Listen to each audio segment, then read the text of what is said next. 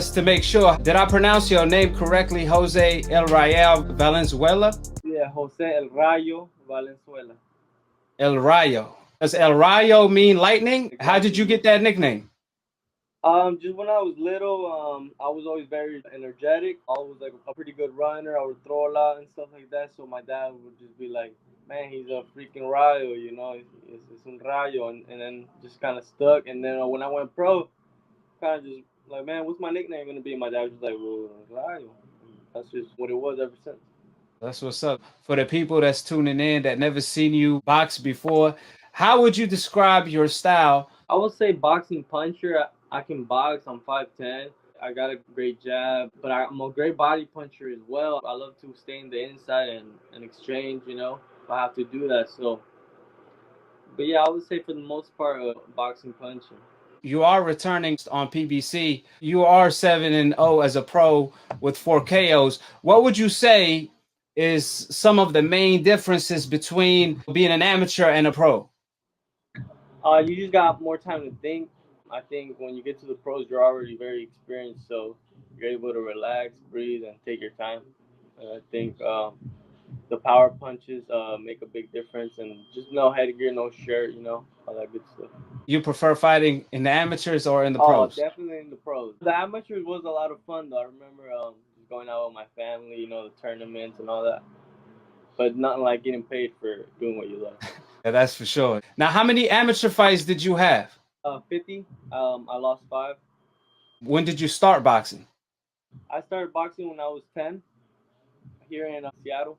So, how did the collaboration came along with Jose Benavidez Sr.? Yeah, so I think I was like 17, about to turn 18, and I was already thinking about going pro. And I kind of got into it. My old coach, being at his gym wasn't for like my best interest or his, so I went with another guy. His name was Isaac Tadeo, who was used to work at Seattle Boxing Gym, and he used to train with Benavidez years ago, like almost 10 years ago. And he had heard that David and them were in Oregon, which is like 3 hours away from where we're at. And so he kept calling Benavidez like, "Hey, there's this kid here who's very good. He's not working with anybody." And he kept bugging him. Benavidez, he would just, like brush him off and stuff, and he just kept annoying Benavidez, senior. And he said, "Man, bring him along. Let's see what he has, And we did. I went. We took a drive down with my parents. I basically stayed across from where they were living, in a hotel for a week. And we working 3 times a day. Man, they were killing me. I never worked so hard in my life, killing me. And at the end of the week, he said, "Well, you have heart, you're good, but you're still missing a lot. But I like you. But now the only problem is, man, my parents, man, we come from a very humble house. They're working on like minimum wage and stuff, so they couldn't afford me living in a hotel. So we're all bummed out. Actually, this is the crazy part. We're on our way back. We stopped at the grocery store across from where they were at, leaving back. And my mom, she's from Mexico. She's from Sinaloa. She's a very of a hustler. So she seen this lady, started conversating with her, and she was like, "Hey, by any chance, you know anyone who's renting a room? Maybe my son can stay at." Kind of, she told her the situation, and the lady was like, "As a matter of fact, I do." So man, got blessed with that opportunity. I was renting a room with some lady I didn't even know, for like maybe 3 weeks, and she always told me like, "Oh, I have a son" and stuff like that. And I thought probably my age, the son was like a 30-year-old guy out of prison, like tatted from his head to toe. Very very nice people though, but it was a little uncomfortable to be like guys like that knocking at the door all day and stuff. So I mentioned it to David and Junior. Benavidez Junior was like, "Man, come with us, man. Just move in with us." And at first David was kind of very like, "Oh, I don't know, he's more of a private guy." But David was like, fuck it, bring him along. And ever since then, man, I was living with David for like 3, 4 years, and they treated me like family, man. Took me in like a little brother, and basically adopted me, and I'm still here. Oh, that's what's up. How old were you when you first started working with Jose I Benavidez? think I had just turned like 18 or something like that. Because then I trained a whole year before I went pro. I turned pro at 19, and then now I'm 21. I'm about to be 22. Well, I'm glad you made that decision because your name have been buzzing ever since the news came out of you knocking out Teofimo Lopez in sparring. Yeah.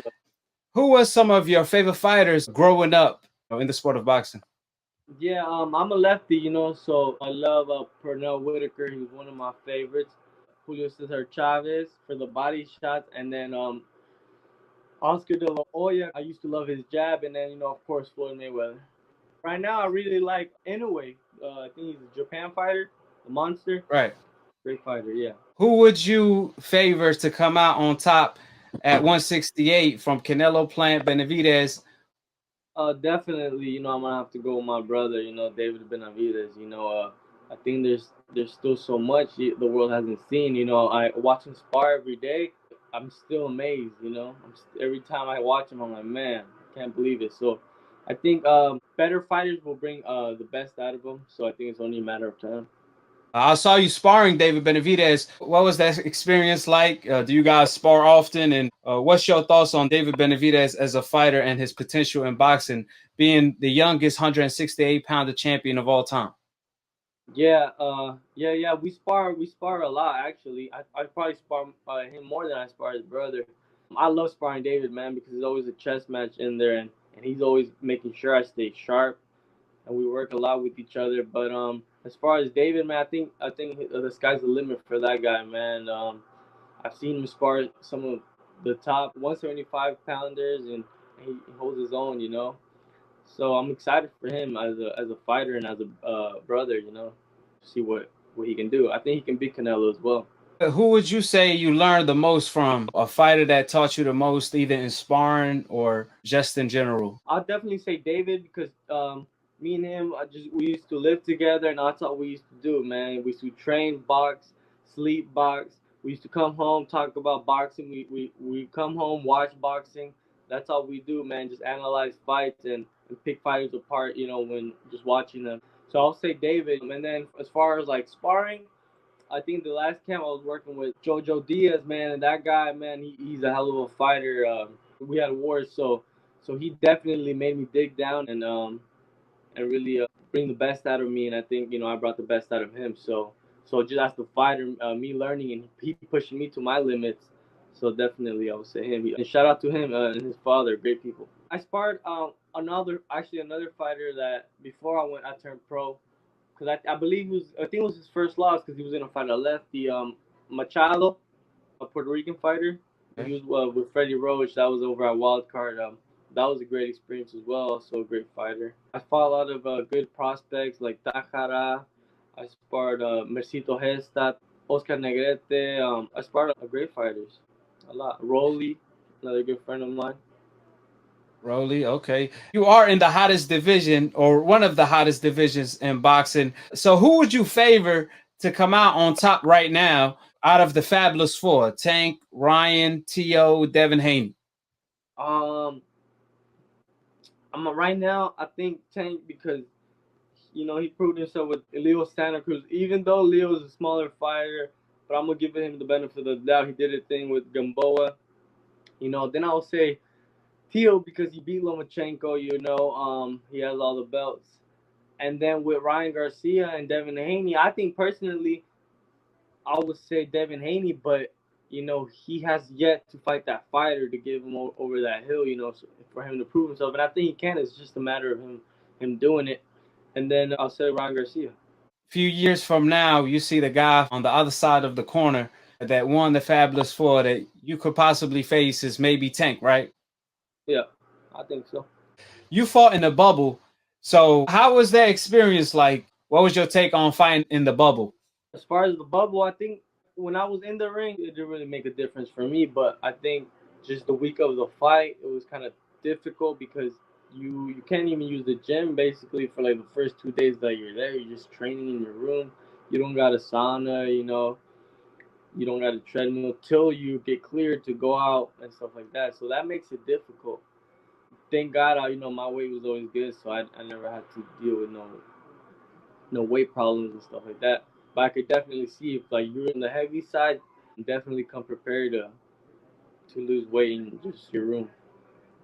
And see, that's how they surprised David Benavidez because he caught a lot of backlash, but people don't know that he only had 1 hour access to go outside and Exactly. 2 And you days only get an quarantine. hour.